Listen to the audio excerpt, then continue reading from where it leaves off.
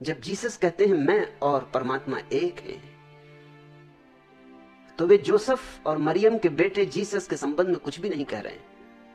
वे तो उस भीतर छिपे हुए परम चैतन्य के संबंध में कह रहे हैं। वही परम चैतन्य हमारा असली मैं है, वही हमारा असली अस्तित्व है, वही हमारी अस्मिता है, वही हमारी आत्मा है। मैं उसकी तरफ ही इशारा कर रहा है। लेकिन ईसाइयों ने यूं पकड़ ली बात, अंधे आदमी से प्रकाश के संबंध में कुछ कहो, वो कुछ का कुछ पकड़ लेगा। बहरे से संगीत के संबंध में कुछ समझाओ, वो कुछ का कुछ पकड़ लेगा। ईसाइयों ने यह समझा कि जीसस अपने संबंध में कह रहे हैं, जीसस उन सबके संबंध में कह रहे हैं जिन्होंने भी जाना है। मगर ईसाइयत उस तल पर ऊंचा नहीं उठ न पाई, ईसाइयत उस ऊंचाई को न छू सकी, ईसाइयत में वो फूल न खिल सका। वही परिणाम इस्लाम में हुआ।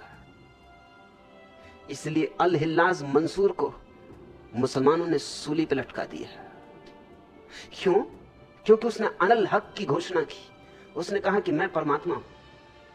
और मुसलमानों में इस तरह की घोषणा कुफ्र है, पाप है, महापाप है। कोई कहे कि मैं परमात्मा हूं, परमात्मा के साथ कोई बराबरी करे। अल हिल्लाज मंसूर परमात्मा के साथ बराबरी नहीं कर रहा था, क्योंकि अल हिल्लाज ये कह रहा था मैं तो हूं ही नहीं, परमात्मा है। बराबरी का सवाल कहां था? बराबरी तो तब हो जब दो हों। दो तो है ही नहीं। अनल हक का मतलब है मैं सत्य हूं। मैं और सत्य ऐसी दो चीजें नहीं है। अल हिल्लाज अपने संबंध में कोई घोषणा नहीं कर रहा है। अल हिल्लाज तो मिट गया। ध्यान में जो गया उसका अहंकार तो मिट ही जाता है। फिर जो शेष रह जाता है वह परमात्मा है।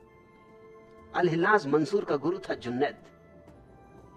उसने अल हिल्लाज को बहुत बार समझाया कि देख, इस बात को भीतर ही पी जा। मैं भी जानता हूं, लेकिन मत कह।